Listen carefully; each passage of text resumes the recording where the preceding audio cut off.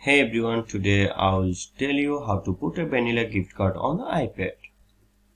Make sure your iPhone is running the latest iOS version. You can check the updates in the Settings app under General and then Software Update. Launch the App Store on your iPhone. The App Store icon is typically a blue icon with a white A.